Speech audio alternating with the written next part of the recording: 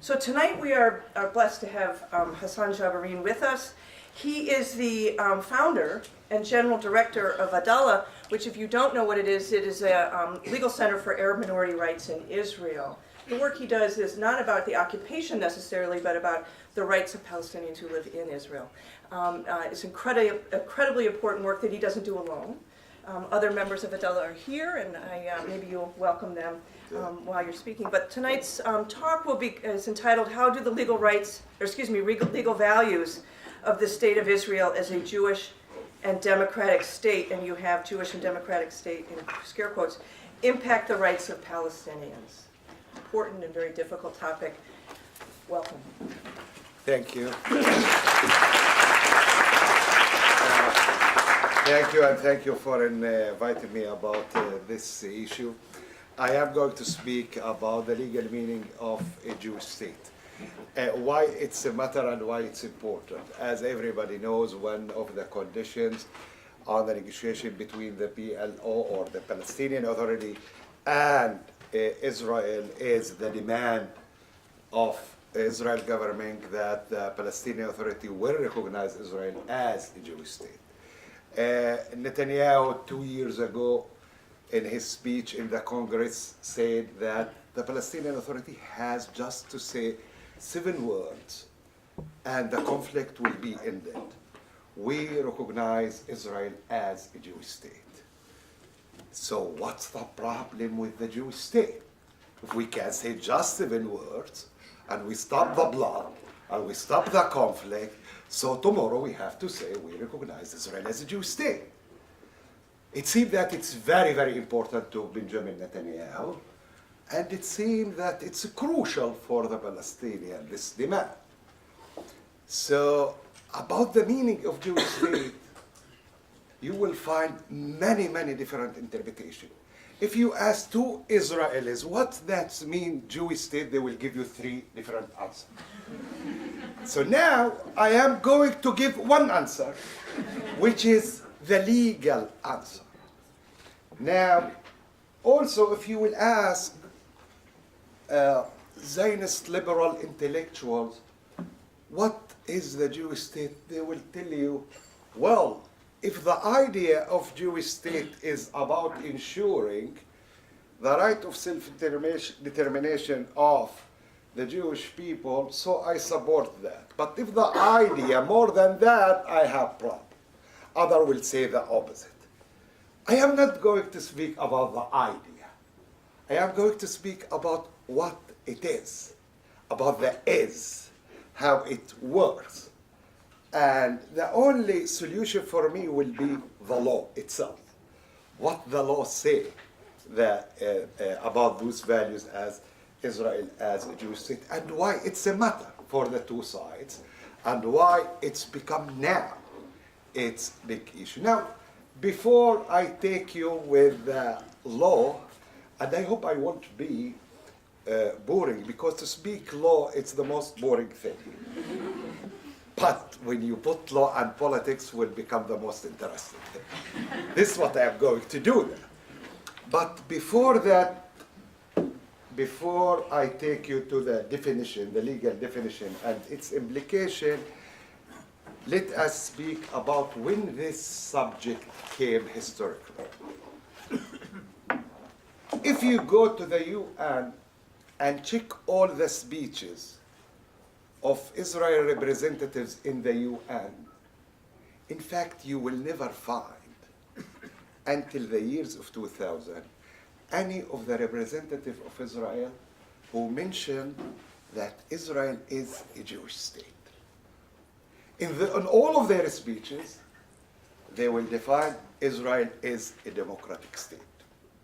And in fact, the emphasis was that Israel is the only democratic state in the Middle East.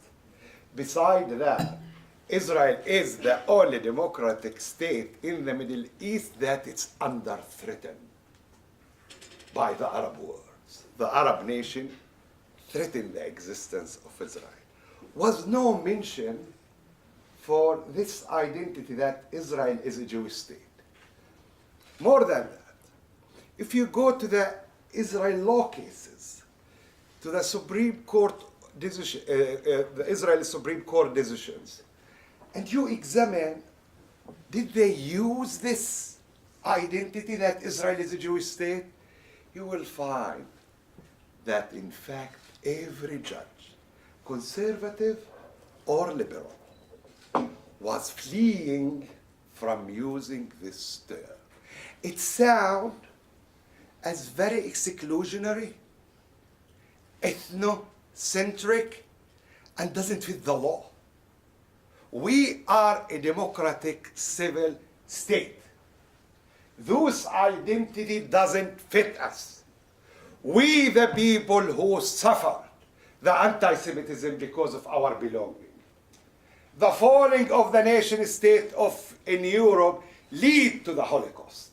So we'll be the last people who will emphasize this ethnocentric identity of the state. So indeed, you won't find that. So how it comes for the sun?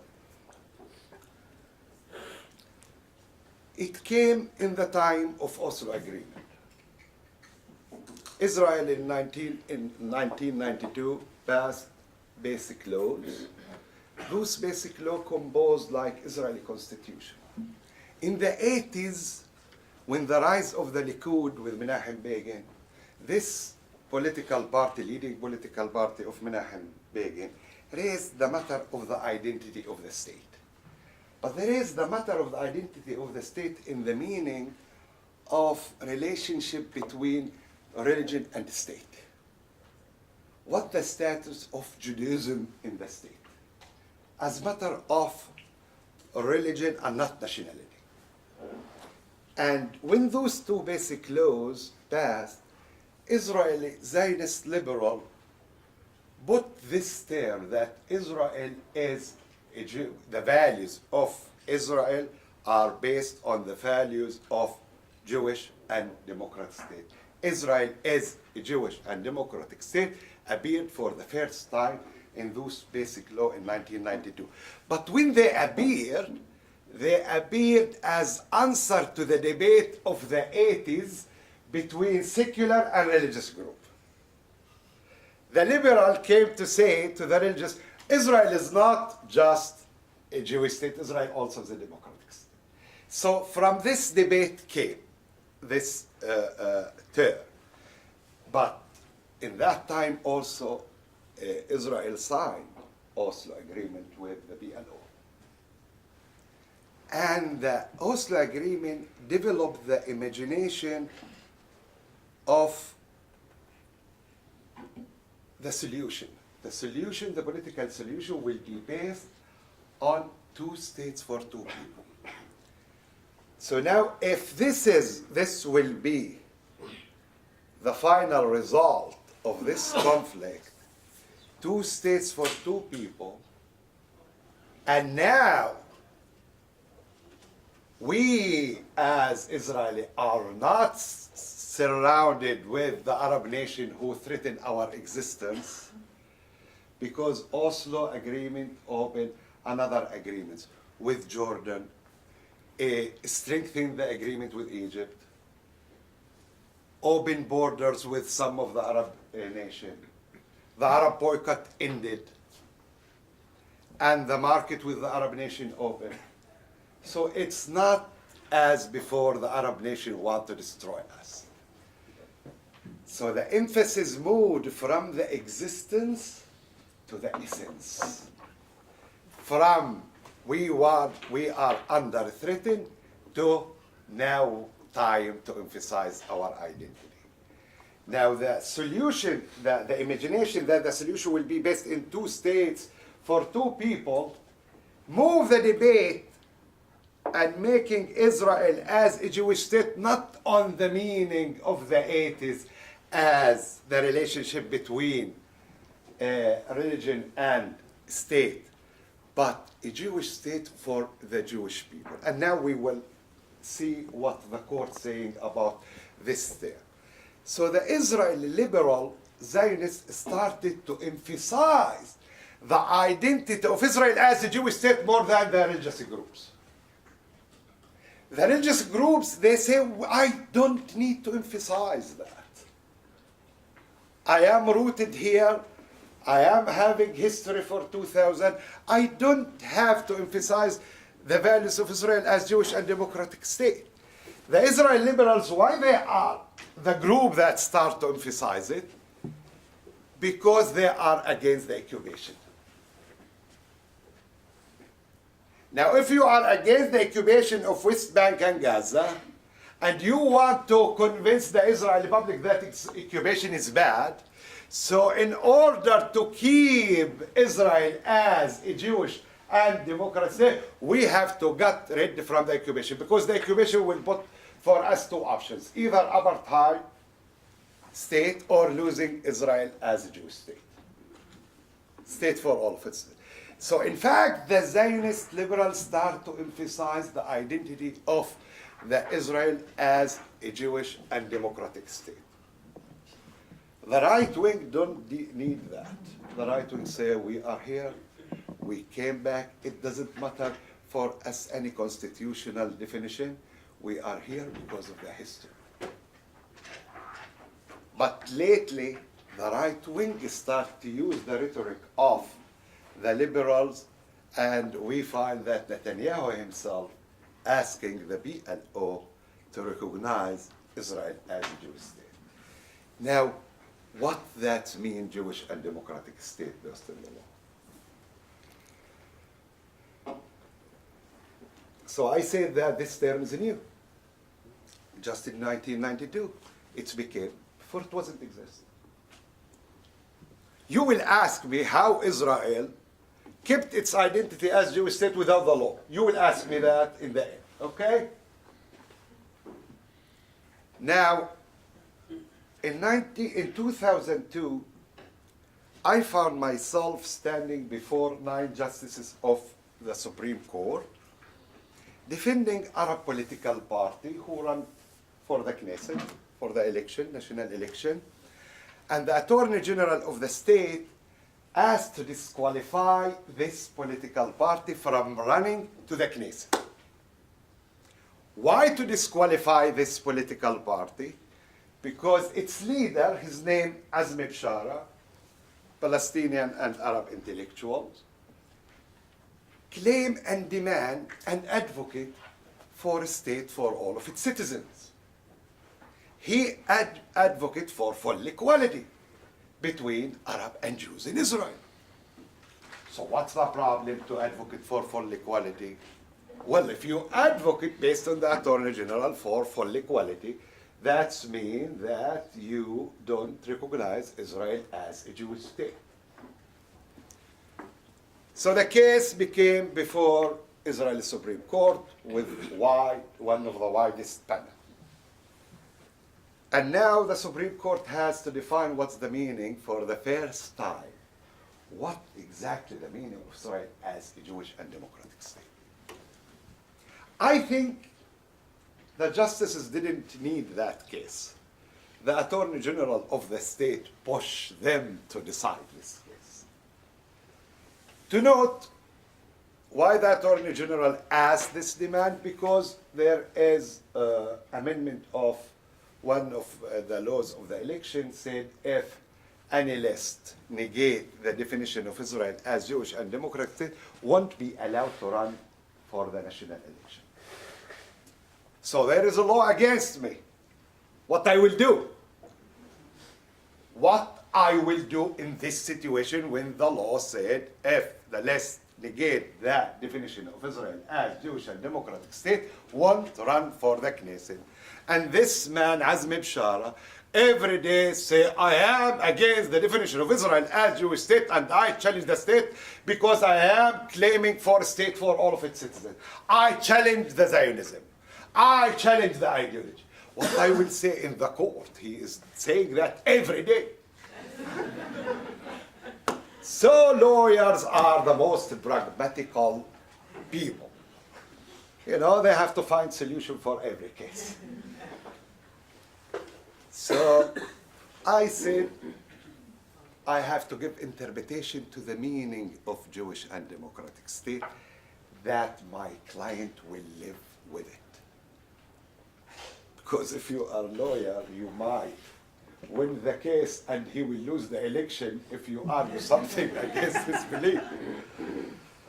So I said, honors, if any political party recognize the right of Israeli Jews for self-determination in this country, that means that they should pass and allowed to run for the Knesset. And the interpretation of this phrase should be limited to recognizing the right of self-determination of Israeli Jews. And Mr. Bshara has no problem to recognize, not has no, he believes that morally it should be recognized. Because he is not against the existence of the people here. And he is not against the right of the people to exercise their cultural rights, using Hebrew as official language, Judaism as official language. The national holidays of the country also be Jewish. All what he demands, equality with that, also for the Palestinian citizens of Israel, who compose 1/5 of the population. The Hebrew is official language, also to recognize the Arabic as official language. So if he recognizes the right of self-determination of Israeli Jews, he should pass. The Supreme Court said to me, in your slang, for God, this is not the meaning of Jewish and democratic state. The meaning of Jewish democratic state is that this state is the state for the Jewish people wherever they are. That means every Jewish person in the world will be allowed and entitled to be a citizen of Israel when he or she wishes to be, based on the law of return. That means also based on the law of return. If any member of this Jewish person who is not Jewish and want to be citizen of Israel, he could be automatically a citizen of Israel. Jewish state means that the majority of the population should be and continue to be a Jewish population.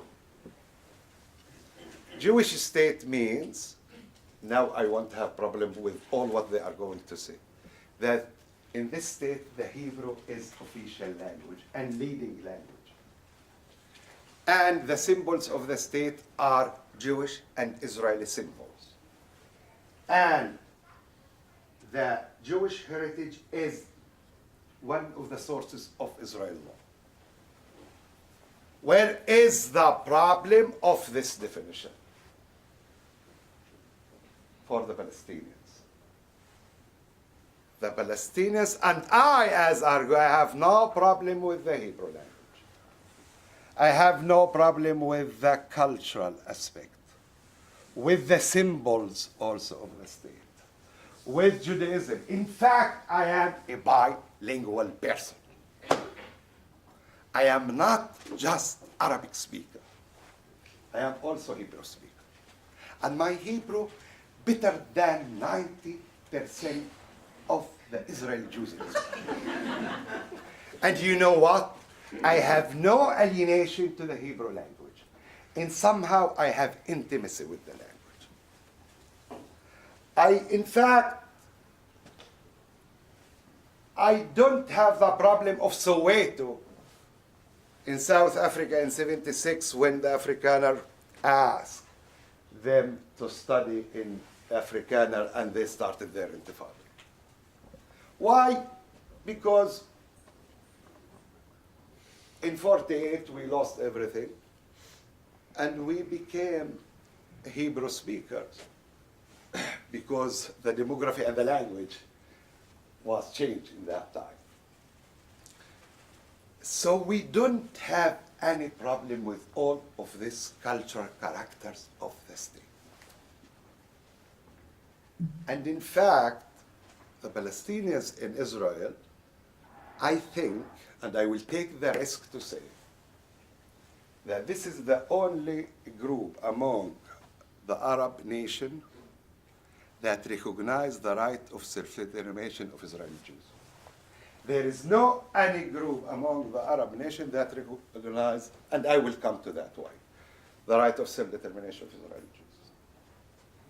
But at the same time, they are the only group, or not the only, the most radical group who struggle against this definition of Israel as Jewish and democratic state. So where is the problem by what the court say? About the law of return and the demography. Now the law of return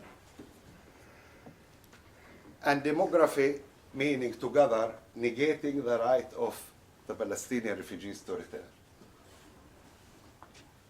But it's more than that. It's also to negate the right of family unification of Palestinian citizens of Israel. Family unification. Why? Because family unification of Palestinian citizens of Israel is perceived as part of exercising the right of return of Palestinian refugees. And this concept of the right of return of Palestinian refugees negates Israel as Jewish state in the meaning that the majority of Israel should be a Jewish majority. So it became like belief and faith among among the overwhelming of Israelis, that the right of return of Palestinians against our security, against our being. We cannot exercise our right for self-determination if we recognize the right of return. So demography became security. The term of demography is not about exercising right of self-determination, became also about our security. So it's easy to negate the right of family unification of Palestinian citizens of Israel. Now, one of the cases that I had lately, and we will have the event about it, about this right, like if Palestinian citizens of Israel will marry Palestinian woman or woman to man from Ramallah, they won't be allowed to live in Israel based on the law because there is no family unification. And this law was expanded in 2007 to add more prohibition that I won't be allowed also to have family unification with any person who has Iranian, Syrian, Iraqi, and Lebanese origin, because those states are defined as enemy state. Now that means that if I meet American woman, she was born in America, but originally her parents from Lebanon, and she teaches here. We cannot live together in Israel as family. So this concept of law of return is not just about immigration of Jews. It's about also negating the right of the other. So here we have a problem with citizenship. The right of equal citizenship in Israel is not imagined right. What I mean is not imagined right. I argue this case about family unification before 11 justices, right? Not 9 justices. 11. Well, this is the widest panel. In all the argument in this case, I found myself that I didn't mention the word equality in citizenship. I found that no one of the justices emphasized or mentioned the word equality in citizenship. I realized that later. I said, what? I didn't argue equality. I argue just the right of family, that Palestinians have right of family life. But you know why I didn't? Because my legal consciousness cannot imagine this right. I am Israeli legal product person. Because in order to imagine this right, I have to bring the law of return. And I have to say that the law of return discriminates between Arab and Jews. And if I bring that, it will be trouble. because this law of return is like holy. You cannot compare any group. And this why in this case, the court was divided, 6 against us and 5 with us.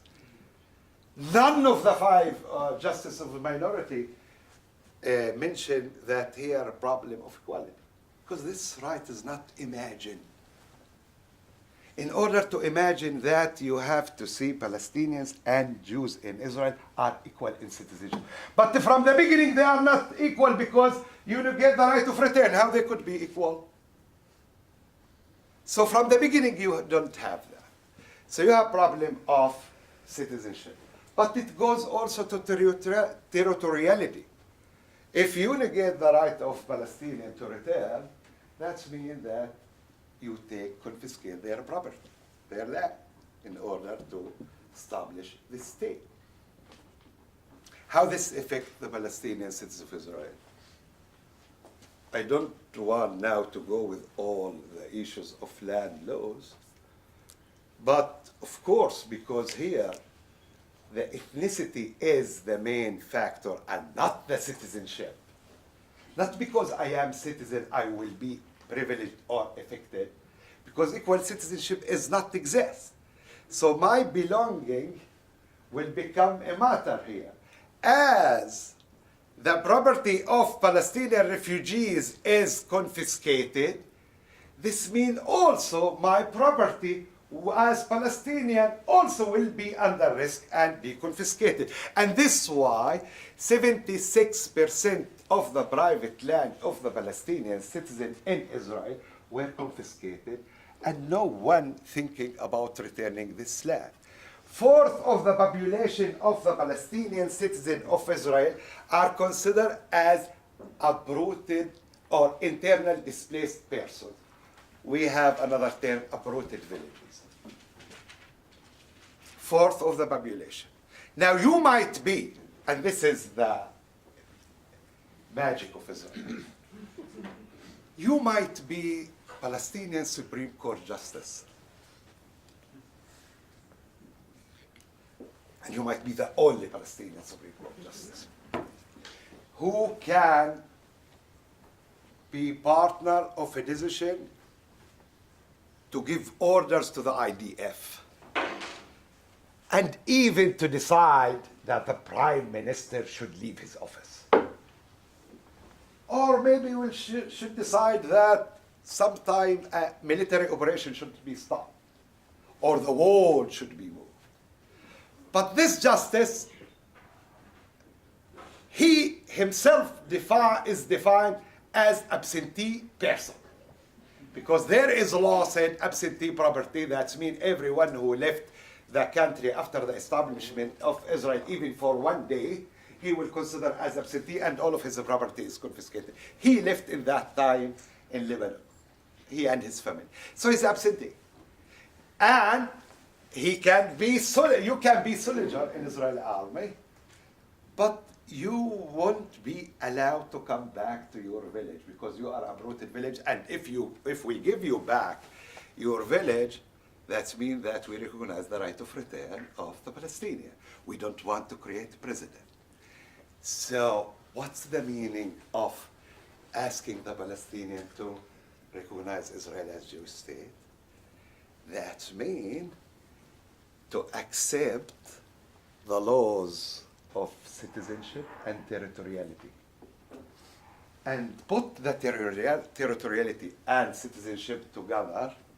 What that means for the Palestinian people is what means Nakba. The Nakba of the Palestinian people is about losing their homeland. Territoriality, the laws of territoriality, the laws of citizenship are about the loss of Palestinians for their homeland. Because you cannot have right of return, and you don't have family unification, and you are not treated as equal citizens. This is why Palestinians will never recognize this issue, because in order to recognize that, they have to negate their tragedy. And we don't know in the modern history any people that negate or agree to negate their tragedy. This is why Netanyahu, when he spoke in the Congress and said, if the PA says 7 words, we recognize Israel as a Jewish state, no problem, we'll give him any state that he wants. Anything that he wants. Because he knows that this is negating him. So I am against the definition of Israel as a Jewish state, not because I am against self-determination of Israeli Jews. I am one of the advocates for that. I am speaking that in Cairo, in Bir Zayt, everywhere, because I believe in that more. I am against that because of those controlling laws and because it negates the Nakba. Negating the Nakba in this aspect is not a matter of discrimination. Because Palestinian refugee in Lebanon cannot say, the Israelis don't discriminate against me, because he's not citizen to say that. It's about human dignity. So it's not easy to compromise the subject of human dignity. I will end here. Okay, thank you.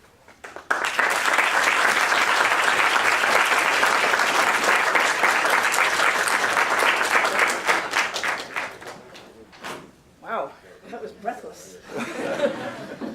Thank you so much to think about. I was going down a path in my own mind about the difference between equality and fundamental rights and strategic choices you made in arguing before the court to background equality claims, whether it was based on your own psychic crisis or a more principled strategic decision, and to foreground fundamental rights claims to family, to belonging, to property, to political participation.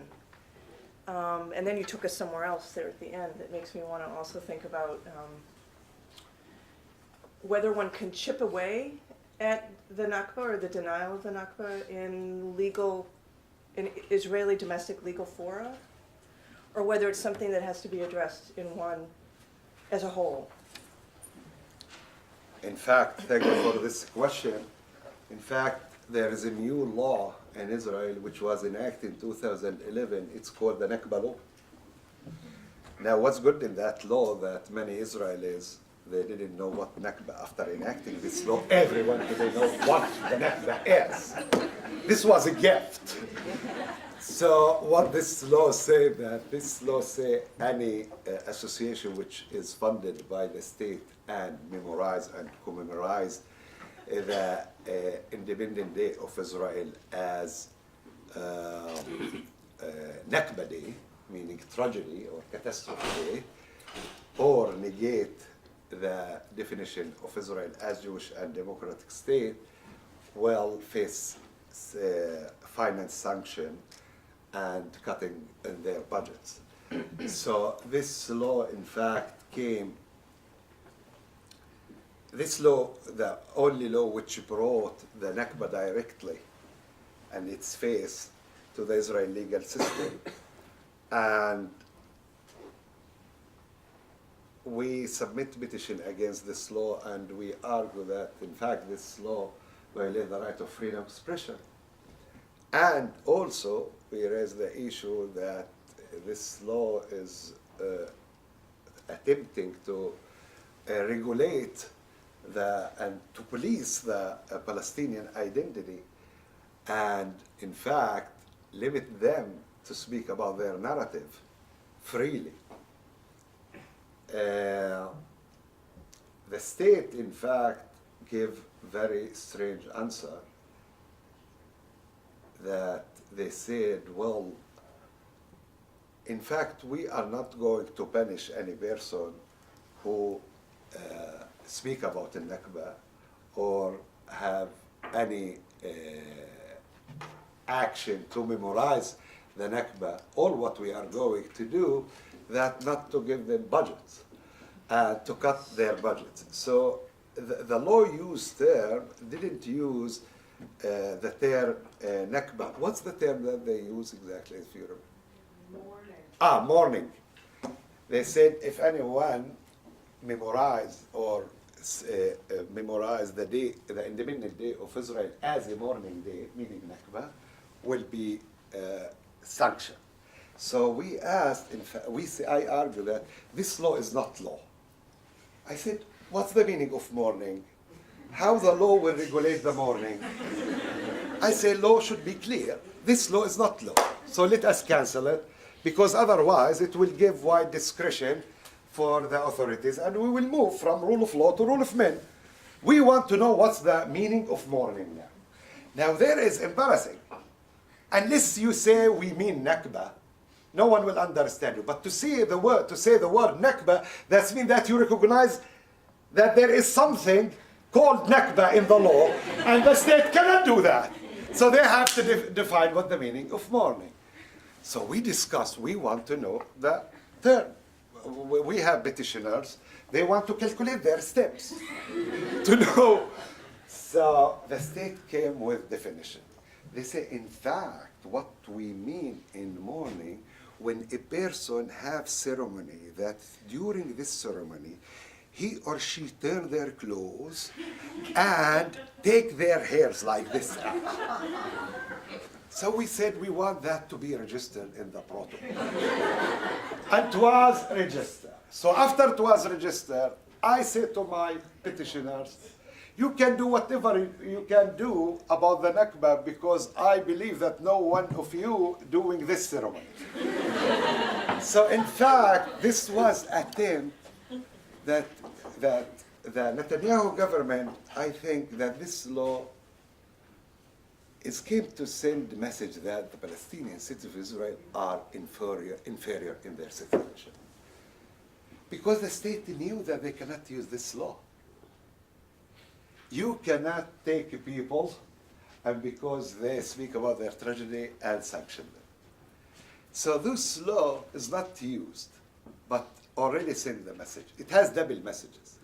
That the Palestinian citizens of Israel are inferior in their status, and Jewish and democratic state doesn't go with the meaning of Nakba. This is what I try to say.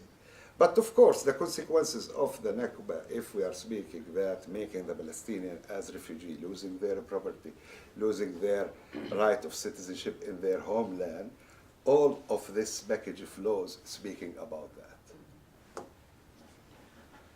Other questions? Can a non-citizen, can a non-Jewish citizen of Israel purchase property from either a Jew or a non-Jew living in that area? Is there, what I'm saying is it legal? Yeah, you can buy property if you are citizen of Israel. You can. You can buy apartment and buy. The problem on property that because the establishment of the state came through taking the Palestinian refugee property, 93% of the land in Israel considered belong to the state. The state owned the land. Now, the state also has its partners. The Jewish Agency is partner of developing the land, and the Jewish National Fund also a partner of the state legally on developing the land. The Jewish National Fund owns 13% of the land in Israel, which was transferred from the state of Israel as state to the Jewish National Fund after the establishment of Israel. And this land, most of it belongs to the Palestinian refugees. Now, what kind of cases we have? When the state want to sell land, to allocate land for apartments, and these lands come together, the state and the Jewish National Fund, you as Palestinian, you will face problem. What's your problem will be? The Jewish National Fund will stand, will say, I am not the state. I am a Jewish National Fund.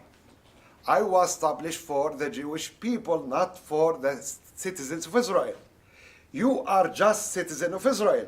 I cannot serve you. You cannot buy from my land because my land was purchased and designated for the Jewish people. This is based on my internal regulations. And this, you have problem. Now, this woman with the red, Her name Suhad Bshara. She is advocate in Adala. She submitted petition against this policy. When you submitted this petition, please? 2004. 2-3 days ago were written in one of the Israeli newspaper that this is the oldest pending case before Israeli Supreme Court. No one want to decide this case, you know. So this is one of the problems. Like this cooperation create exclusion. Now also there is a new law which called the selection committee laws. Also Suhad is challenging that. What this law said that small settlements inside Israel, inside the green line, which the number of the population of those settlements less than 500 persons, they will be allowed to decide who will live with them. So if you are a person want to purchase apartment in this settlement, there is committee and they will decide whether to grant you this right or not. Now what Suhad argued, Suhad said, but this land belongs, defined as land of the state. Land of the state should be open to all the citizens. Every citizen has the right to freedom to live wherever he or she wants. It cannot be given to small community. What the state argue in this case, they say multicultural rights. Every community has the right to keep its characters. If they want to keep the Jewish religious aspect of their settlement, they are allowed not to accept secular. If they want to keep its Jewish secular aspect, they are allowed not to accept Palestinians. And of course, they don't have to discriminate, but this is part of our multicultural aspect. Now, everyone in Israel, the Israeli liberals, were strongly against this law because they said this law came to exclude the Palestinian citizenship. And like all the laws, many of the professors in Israel law schools signed petitions against this law as a racist law. Now we are waiting for the decision of the Supreme Court in this case, but this is one of the problems of when we speak about the definition of Israel as Jewish state, that some of the political group in Israel are not satisfied by the definition of Israeli Supreme Court, which I mentioned. The definition of Israeli Supreme Court about what's the meaning of Jewish and democratic state is considered the liberal definition of Israel as Jewish state. The other group, they want to make every piece in Israel as a Jewish. It's not enough to make the state as Jewish state on the meaning of Israeli Supreme Court, also to make the small settlements also Jewish state, like to Judaize specific territories. And this is the debate between Israel liberal Zionists and Israel right-wing. Israel liberals say Jewish state is all the state territory and everyone should be treated equally except the matter of citizenship and some of the territorial aspect called the right of return, but in other matters all of them should be treated equally. The right wing say, well, the war is not ended. And in other words, they are saying the law is the continuation of 1948. And this is why we have to use the law in order to keep many, many places inside Israel as a Jew. Like the sovereignty of the state is not enough on the territory. Also, the sovereignty should reach specific places. This is why in Israel there is something called unrecognized villages. There are villages, Bedouin villages, in the south. Their names is unrecognized villages. What does mean, unrecognized villages? They don't belong to any local council. Their name is not official name. and they are not in the map, but they are villages. When you don't recognize them and they don't belong to any local council, legally they are not entitled to social and economic rights. Even they are not entitled to have electricity, to be linked or connected to the water system, and so on and so on. This part of controlling the land. A really quick question, like, you spoke really nicely, and like, you know Hassan much better than I think other people who are not familiar with the region. But I have a question regarding a statement you said, and hoping that you can clarify it. Is when you said that Arab states don't that the Palestinians are the only ones among the Arab nations that recognize Jews' right to self-determination. Right. Now, is that what you mean by that statement? Yeah. This is a great question. Thank you for that. Among the Arab nation, there is no discussion about the right of Israeli Jews for self-determination. There is no discussion about that. The only discussion was Israel took our land, took our Palestine, so this entity is illegitimate. I am speaking among the about the intellectuals and academics, not the states. Of course, Israel has agreement with Egypt and with Jordan. But among the population, among the people, among the nation, Israel is colonial state, took our homeland, so we cannot discuss their right for self-determination. Now, the Arab perspective and Israeli perspectives have similarity. What make the difference between them, the Palestinian citizens of Israel? The definition that I spoke about, Jewish and democratic state, negate the right of Palestinian people as natives for self-determination in their homeland in Palestine. The intellectuals, I want to speak in general terms, okay? The Arab intellectuals in the Arab world, they have similar perspective. Because they don't recognize the right or the existence of Israel, they don't accept that also in Israel they are Jews, that they are natives, were born, and Palestine speak Hebrew, and they are graves not just for Palestinians and also. So both sides, the Israeli negate the right of Palestinian natives, and the Arab nation doesn't want to see that Israel Jews became natives. Both of them has colonial perspective. The only one group that have different ways is the Palestinian citizens of Israel, maybe because of their experience. The Palestinian citizens of Israel make distinction between the rights of people and the legitimacy of the regime. I can say the Israeli legal regime is not legitimate in that because it discriminates strongly against the Palestinians and negates their rights and has strong colonial aspect. But at the same time, I say, but the people in Israel has full right for equality and self-determination. This distinction between people and regime, the Israelis cannot make. For the Israeli self-determination of Jews, meaning the state should be Jewish state. Like they mix the regime, the character of the regime, with the right of the people. The Arab nation, the same.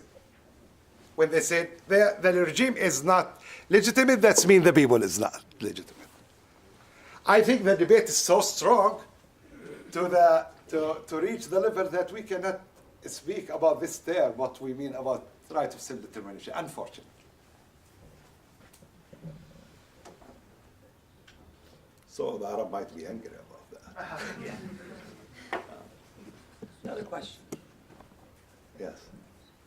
So you touched upon a lot of the different challenges and discrimination that Palestinian citizens of Israel face, and I'm wondering if you can talk about the priorities of Abdullah and how you select which issues you want to take on, and talk a little bit about the strategy of if you're working to bring some cases so that you then have precedent to bring others, so. Thank you for this question. Speak about priority and legal strategy. Now, I thought once, We are in a law school. yeah, it was a time, we were in good time between the time of Oslo in the 90s, like Israeli governments had liberal ministers in that time. Their job they didn't perceive their job description as to attack the rights of the Palestinians of Israel. So at that time, we had the privilege to put our strategy and to plan for the next 2-3 years, what cases we are going to take. Since 2000, we don't have the privilege to decide what is our plan for the next year. You put it, you discuss it, but you lose all the money of the retreats that you discuss that because the government put for us the agenda. The Knesset put for us the agenda, not we. And this is like, I think this is characterize all the works of the human rights organization in Israel. If a human rights organization in Israel will tell you, I put my plan in advance and we had retreat and strategic planning, tell them that what you are saying that you don't answer the right needs. The right needs put by the government and you have to respond to that. You cannot decide that 2 years in advance. This is one of the problems. So we don't have this privilege. We don't have this privilege. Our cases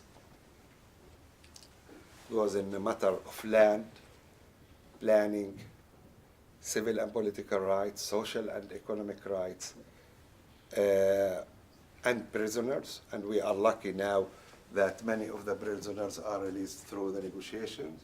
So this will ease the pressure on this matter. But in all the fields, almost in all the fields.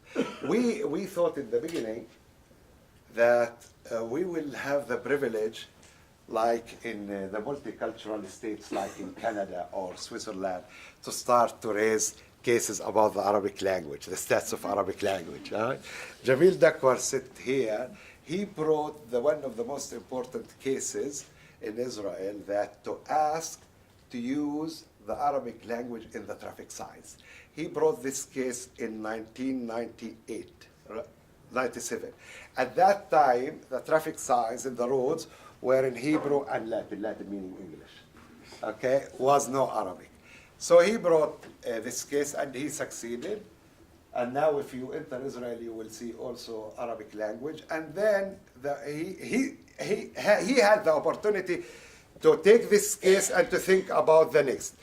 But listen, he think immediately about 1999. 1999, he submitted another petition to ask that the mixed cities also to use Arabic language. What mixed cities? Tel Aviv, Jaffa, Lod, Ramle, Akko, all of those in Natseret Alit to use also Arabic language, and he succeeded. Now that time was a privilege for us to put strategies and to think about the group rights. Now we don't bring cases about the group rights. All of our cases, individual rights.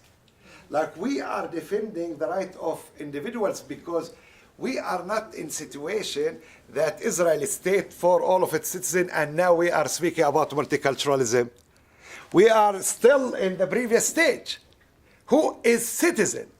And when you're still discussing who is citizen, the right of the individuals under risk. So you don't know what kind of cases you will come because the government might surprise you with many decisions. My question for you is about, you were talking about how amongst Palestinians as a whole, there are these divisions between those inside of Israel, the occupied territories, the refugees. But I'm wondering if you can also talk about how the Israeli state differentiates between Palestinians inside of Israel, between Palestinians, Bedouins, Druze, etc., and how that plays out, and how Abdallah Inside Israel. inside of Israel.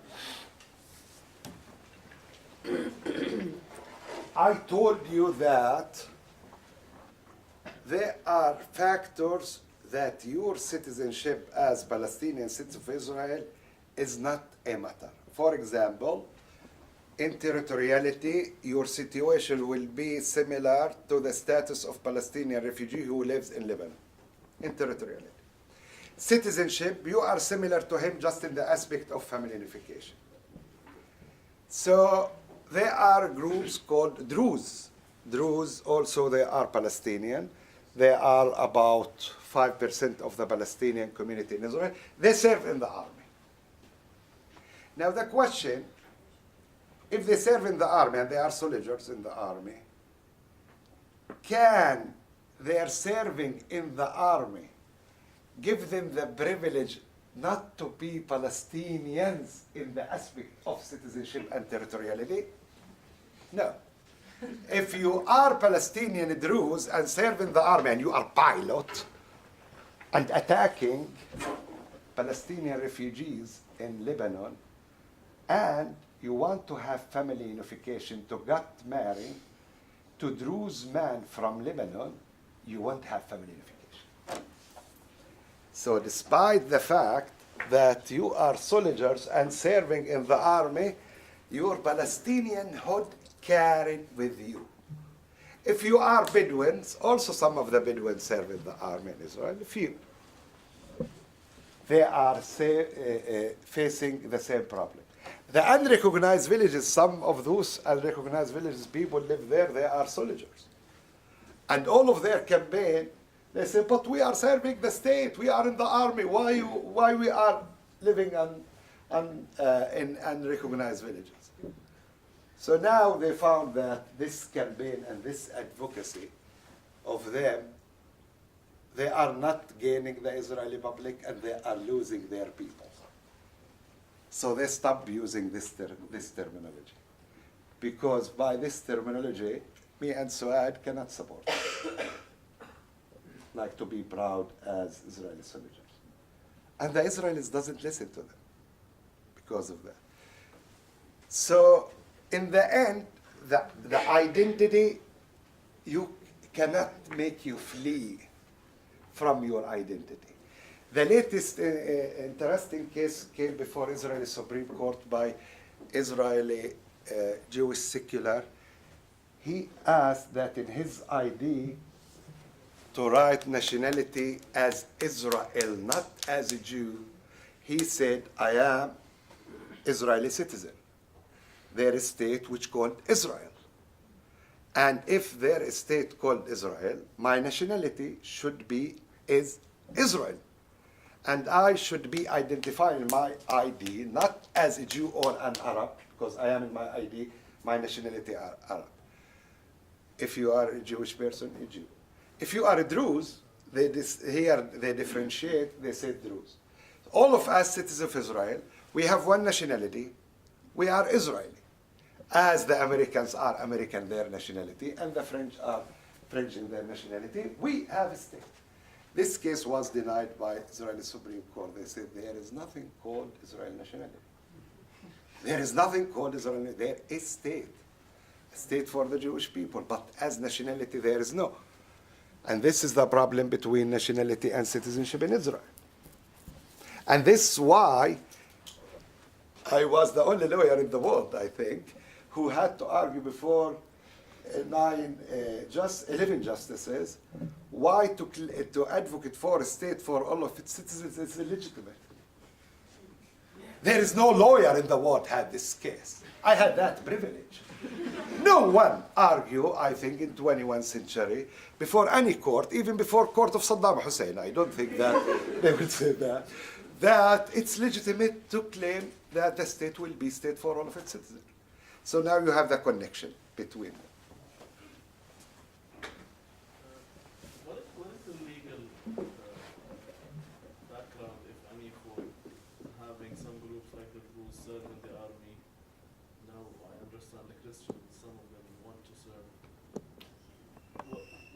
On what legal basis is this differentiation? The law about serving in the army say every Israeli citizen, man and woman, should serve in the army. the law in its face doesn't make distinction between different nationalities or different religious groups.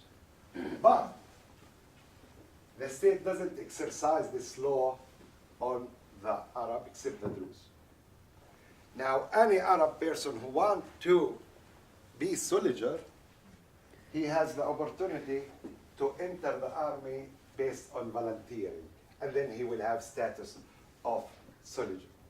But the law, although the law in its face, speaking about all the citizens, it's not implemented to ask all the citizens to be in the army, including also the Haredi group.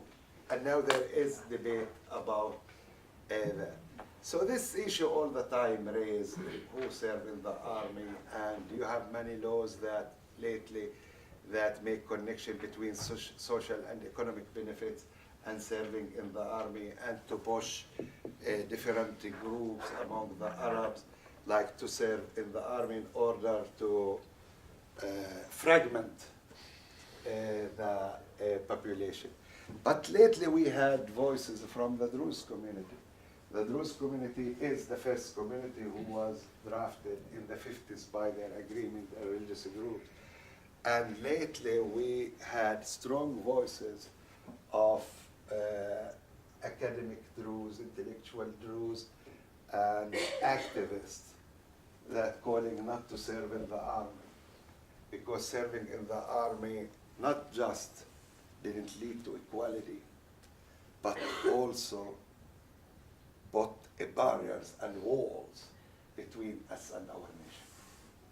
And we found ourselves, in fact, that the only group among the Palestinians that has the lowest percentage of education, the lowest percentage of academic, the lowest percentage of women in work, we are the Druze in Israel.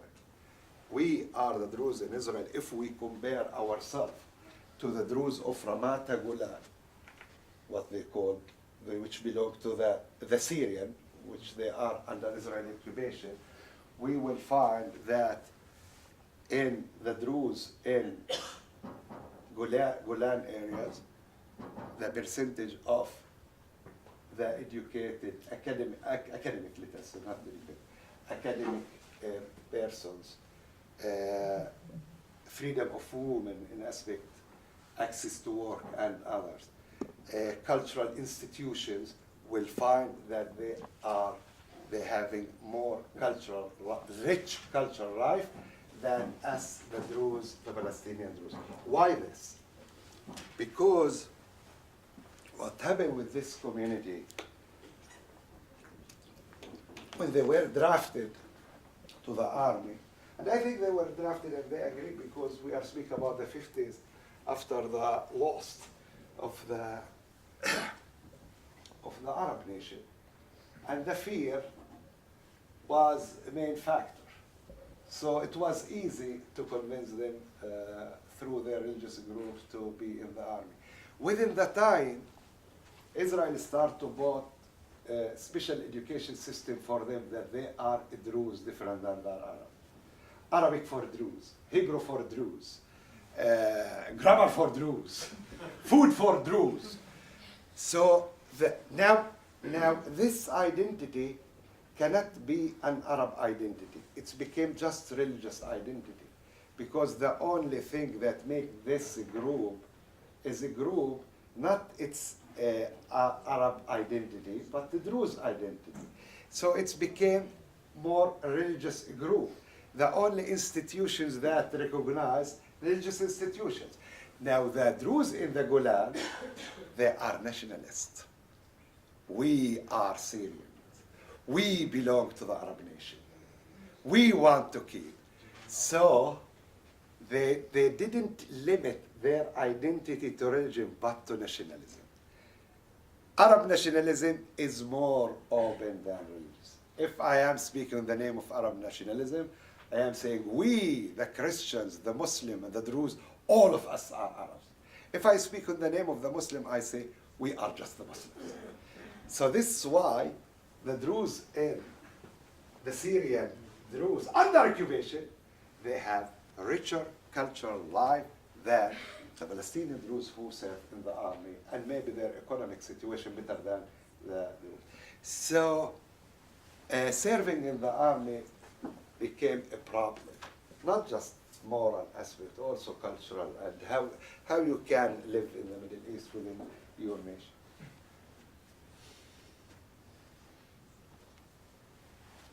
Over here first. Can you please talk about Jerusalem, particularly Adala's relationship to East Jerusalemites, considering the weird legal standing that they have? They're Palestinian and they also have rights, you know, and they have a card given by the state of Israel. So, do you address that at all? Yeah. Jerusalem was occupied in 1967 with the West Bank and Gaza. Based on international law, its status as occupied territory. But Israel, through its law, applied its laws in East Jerusalem and consider East Jerusalem as part of one city called Jerusalem, the big Jerusalem, and the capital of Israel. And this is why Israel law applied directly to East Jerusalem. Israel laws are not applied directly to Ramallah. Ramallah is under military regime, not the laws of the Knesset. So East Jerusalem considered legally part of Israel. But they didn't pass citizenization process. They don't have a status of citizens. They have status of permanent residents. Now, one of the cases in the 80s came before Israeli Supreme Court when Yitzhak Shamir decided to revoke a residency of Dr. Awad, one of the Palestinians, academic in the 80s. He's American, Mubarak Awad. Mubarak Awad was advocate for two-state solution and asking the Palestinian, let us have a strategy of not armed struggle strategy, non-violent strategy. Now Yitzhak Shamir perceived this struggle as threatening struggle. Non-violence and two states, at that time it's crazy. So he wanted to make for us peaceful intifada. We cannot accept peaceful intifada.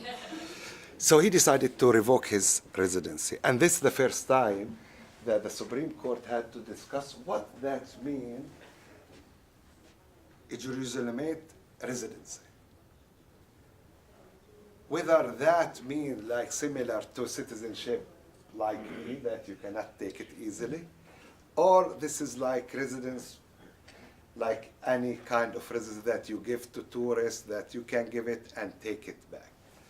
So the Supreme Court gave a decision that the Prime Minister, Yitzhak Shamir, is allowed to revoke residency because residency, even that we are speaking about permanent residency, it doesn't have a status of citizenship. So if the state give it, the state can take it. But the state cannot take it in an arbitrary way. They can take it when one of the condition will meet. One of the condition, if you move your way of life or living out of Jerusalem. Meaning if you live out of Jerusalem, for example, 5 years, that means that you change your place for life from Jerusalem to other place. And this doctor, Mubarak Awad, was living in America, so he doesn't live in Jerusalem, so it's allowed to take his residence. Now what happened, the justice who gave this decision, he thought that he is giving very liberal decision, put limitation on the state not to revoke residency easily. What happened in the 90s, this decision was given in 1988. In the 90s, the Ministry of Interior of Israel started to make transfer for the Palestinian of East Jerusalem based on this decision. Every student who came to US and start to study and left Jerusalem more than 5 years, when he come back, they take his ID. And now this changing your place of life cost a lot of money for the people in Jerusalem. If I am working in Ramallah, in order, and my life really in Ramallah because I am from Jerusalem, I live in Ramallah, work in Ramallah, and I have apartment. I bought apartment in Ramallah. I won't sell my apartment in Jerusalem or rent my apartment. I will continue to pay taxes in my apartment in Jerusalem and come every day in Jerusalem in order not to let the state. So this is the transfer of the people in East Jerusalem, and the numbers are huge. I don't remember, but I think if you enter the website of Bet Salem and the website of another organization called Hamoked, enter Jerusalem, you have the numbers that every year thousands of people who are losing their residency based on this decision. We got a question over here. Sir? Yep. Thank you, Mr. Jabareen, about your lecture about this. I just want to ask you about the atmosphere that's surrounding Israel now, like the Arab Spring, and most of these peoples are fighting to bring a state, which is we know about, like the higher idea that we belong to the state. Now, reading this, and listening to you about the Israeli court and the Israeli politics right wing, they are fighting backward, to get from the state ID to go back to the ethnicity and a sectarian group. How this fit in this, and how can this push to the Israeli state? And that would just confusing about all this. So my question is how this the perspective of the Israeli citizens around and watching the Arabic changing, the Arabic Spring changes around. Does create any dialogue in the Israeli society or No. something? No, didn't. The beginning about the Egypt, about Tahrir Square, it created debate, but normal debate, like here, like any debate in other country. But after that, no. The Israelis don't reach the question of what if we will be defeated in a war with the Arab world. This is a question they don't reach. And I say if you reach this question and change your imagination, it will easy to think rationally, I mean politically, to find solution. But you cannot imagine that. This is not part, the defeat is not part of the imagination. When you don't imagine the defeat, so this is why the right wing say, we continue the war and we will win. This is why, you say, I don't understand the logic. Because they don't put the defeat as part of their political thought. Politics, as I understood, all the time is about not just victory, also imagining the defeat. Cost and benefits, win and lose. This is why we say politics about rationality, pragmatism, because all the time you think about both sides. The Israeli politics doesn't imagine the defeat. One of the problems of the PLO, I think, that they just see the defeat. And this is why, Abu Mazen is ready for everything. Yalla, give me any state. Because they say, well, we lost all the wars and we will continue to lose and we will never win. So this is why Israel government love the PA. One doesn't imagine the defeat and one just see the defeat. And politics about all the time, about both. Every state in the Middle East, whatever you can say, fanatic or not, whatever you can say about Iran, all of us knows that Iran manage irrational foreign policy. Because they have this normal political mentality. Lose and win. In Israel, the politics, the left in Israel, they think in this term. The Israeli left think about the defeat in the meaning that if we continue with occupation, we'll lose. We'll lose because we will lose our opportunity to continue to be majority in the Green Line. The right wing doesn't see that, and this is why they say, we started in a war in 48, we continue in a war in 67, and we still continue in a war, and the war didn't end. So I have no reason to make distinction between 67 and 48. The Israeli liberals say, it was war in 48. We won that war. We have to keep this victory. And this is like how each group thinks. They think differently in about how to keep the achievements of 48. I am Israeli Zionist liberal. The most important thing for me to keep the achievements, the military achievements of 1948. I am Israel right wing. Most important thing for me to keep the achievements of 1967 war, because it's the continuation of 1948. You know, and here you can find the distinction between both sides. I want to give you a rest. I'm happy. But it's I getting put late. me on. I can speak until tomorrow. We are lawyers. We speak. That's right. No, but I think others are getting tired. Yeah, And I they're have too to go polite to eat. get up and leave. Yeah, we have to go We to eat. surrender. You surrender. You can imagine defeat.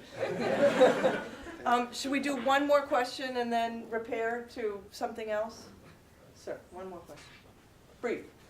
I just want to build up on non-violence and on this defeat concept. So what is happening with the BDS movement? How is that? It's a new challenge. It's a different kind of. So how will Israel legally try to deal with this? Legally. If they can. Legal. What is, You yeah. have to say legal. I had this case last Sunday. Last Sunday, we had the case against the anti-boycott law. Israel passed a law in 2011 saying that any person who is calling for a boycott will face administrative and civil sanctions. Civil sanctions that every settler, for example, can sue you for his damages if you call for boycott, and administrative sanction that Israel won't give you if you are association, recognition of tax benefits, and other economic aspects. So this case was before 9 justices. This Sunday, the hearing was harsh, difficult. I was the leading lawyer in this case. And the court was interested in this very interesting question. The Israel Supreme Court justices have a very strong legal and political sense. They say it like this. We can, of course, we argue freedom of expression. Huh? This is our main argument. This is calling for boycott. It's part of political speech. And the case of occupation in Israel divided the society between left and right wing. So if I am calling as citizen for boycott, I am exercising my political speech, and the government cannot limit this right through regulations. So par excellence, freedom of expression. So the justices ask this. They say, let us imagine that there is no occupation.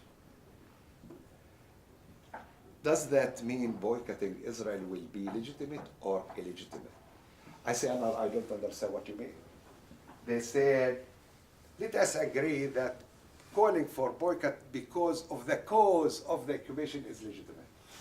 We may agree with you that to call for boycott because of the occupation of 1967 is legitimate because it's really divided the society between right wing and left.